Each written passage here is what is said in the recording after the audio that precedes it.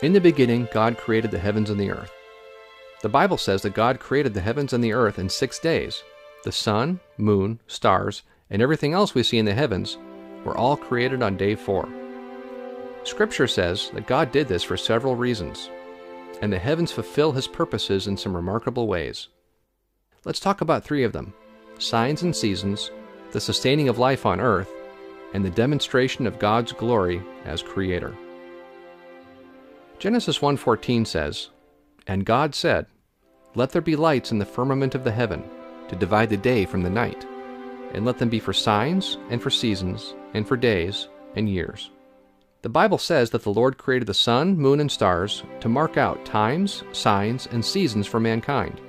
And indeed they do. For thousands of years, sailors used the sun and stars to tell time and navigate their ships. Farmers used the heavens to make decisions about their crops. For example, the ancient Egyptians knew when the Nile would flood just by watching for the star Sirius to reappear each year. Our fundamental measurements of time are based on the sun and moon. Our days are based on the Earth's rotation relative to the sun. Our months were originally based on the moon's orbit around the Earth.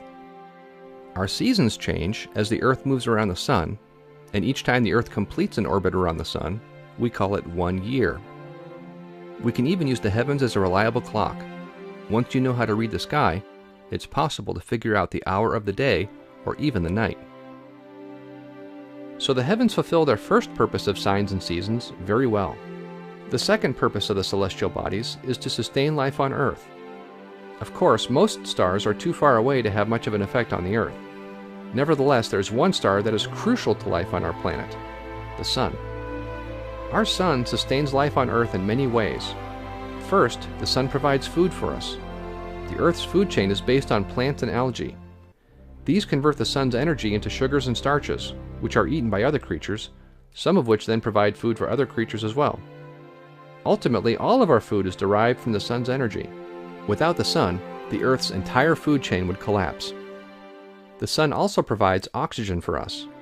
Plants and phytoplankton use the sun's energy to absorb carbon dioxide and produce oxygen via photosynthesis. Without the sun, there would be no source of oxygen for us to breathe. The sun provides warmth. Without the sun, the Earth would plunge into a permanent freeze.